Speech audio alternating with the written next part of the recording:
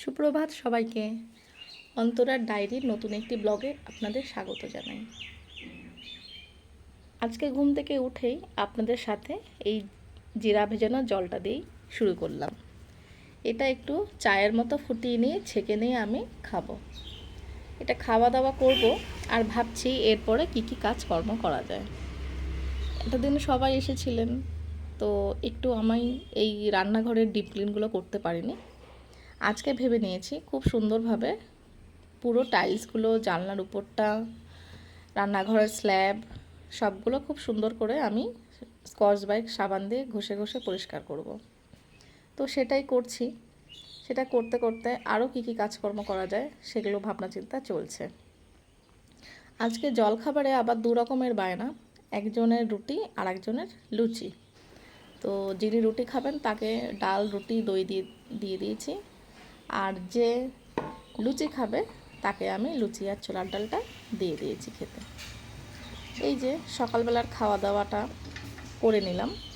আজকে আবার একটু বাজারে যাওয়ারও আছে, সেই জন্য ভাবছি তাড়াতাড়ি করে রান্নাবান্নার পাটটা গুছিয়ে নিই। কারণ বাজার থেকে আসার পরে তখন আর মনে হয় না যে আবার রান্নাঘরে ঢুকে কাজকর্মগুলো করি।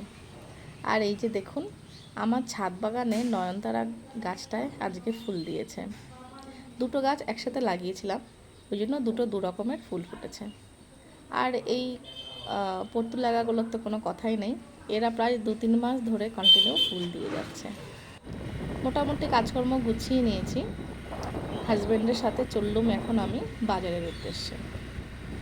আমাদের এই রাস্তাটা হচ্ছে স্টেশনে যাওয়ার রোডটা।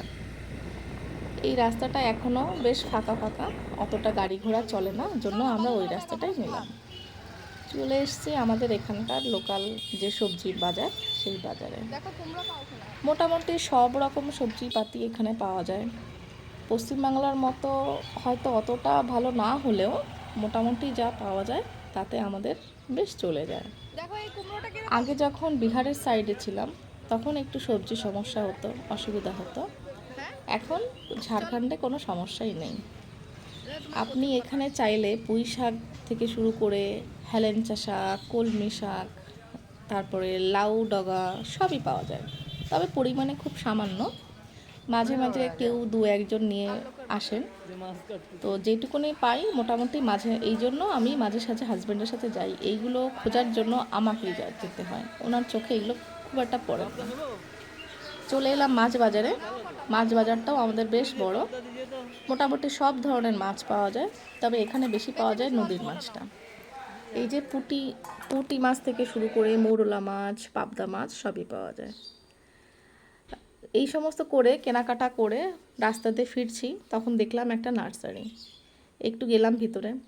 গাছ কিনি না কিনি, কিন্তু নার্সারি দেখে ওখান থেকে বেরিয়ে যাব তাকে না দেখার ভান করে, সেটা আমার পক্ষে সম্ভব না। তো হাজব্যান্ডকে বললাম একটুখানি দাঁড়াও, আমি শুধু একটু দেখেই চলে আসব।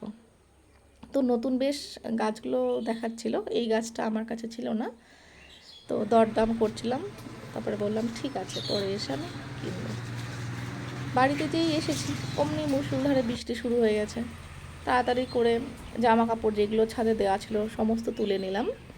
কিছুটা দিলাম বারান্দায়, আর কিছুটা রেখেছি এদিক ওদিকে দেবো। ঘরের মধ্যে দড়ি টানানো শুরু হয়ে গেছে।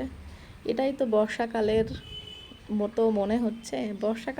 বর্ষাকালের মতো বৃষ্টি না হয় তাহলে ঠিক বর্ষাটা লাগে না। আর এই গিটারটা আমার ছেলের কালকে এসেছে। এই গিটারটা ওর জন্মদিনের উপহার।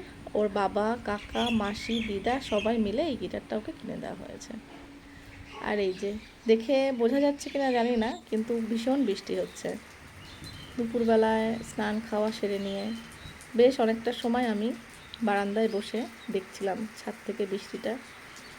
দেখতে খুবই ভালো লাগে, এরকম ঝমঝম করে যদি বৃষ্টি হয় পরিবেশটাই অন্যরকম হয়ে যায়। আমাদের এখানে কখন যে রোদ উঠবে আর কখন যে বৃষ্টি হবে সেটা বোঝা বড় মুশকিল। দারুণ ভালো বৃষ্টি হচ্ছে, বেশ ছাদটা আমার জলে ভিজে গেছে অনেকটা। চলুন আজকের মতো ভিডিওটা এখানে শেষ করছি। সবাই ভালো লাগবেন। টাটা।